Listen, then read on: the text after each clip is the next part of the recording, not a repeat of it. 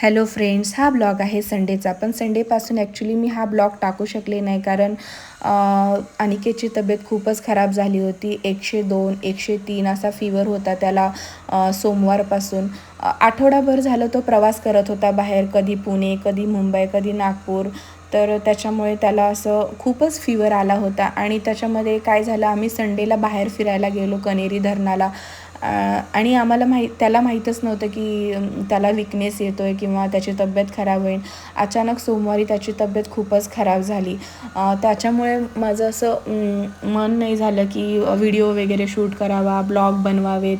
तो मला म्हणत होता की तू तुझं डेली ब्लॉग सुरू ठेव, पण मी त्याला म्हटलं नाही, माझं मन नाही होतं आहे की तू खूपच वीक झाला आहे आणि तुझा ताप पण कमी नाही होत आहे, त्याच्यामुळे मी नाही शूट करत 1-2 दिवस.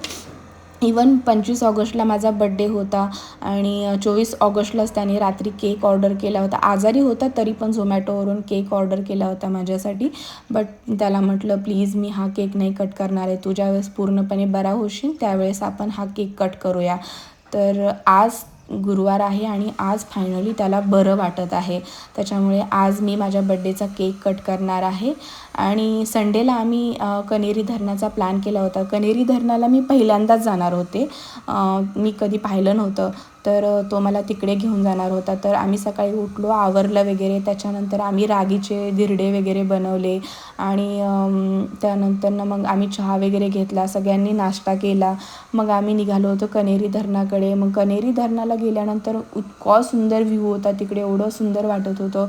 एकदम फ्रेश हवा होती आणि जिकडे लांबपर्यंत बघावं तिथपर्यंत पाणी दिसत होतं. एवढं भारी वाटत होतं ना. मग आम्ही तिकडे छान व्हिडिओ शूट केले, फोटोज काढले सुंदर सुंदर. पण मी पिल्लूला कानटोपी घातली होती, स्वेटर वगैरे घातला होता, पायात सॉक्स वगैरे घातले होते, कारण खूप हवा सुटली होती तिकडे आणि खूप सुंदर वाटत होतं. मग आम्ही तिकडे अर्धा-पाऊण तास टाईम स्पेंड केला आणि मग आम्ही येताना मग छान आठवड्यासाठी व्हिजिटेबल्स खरेदी केल्या.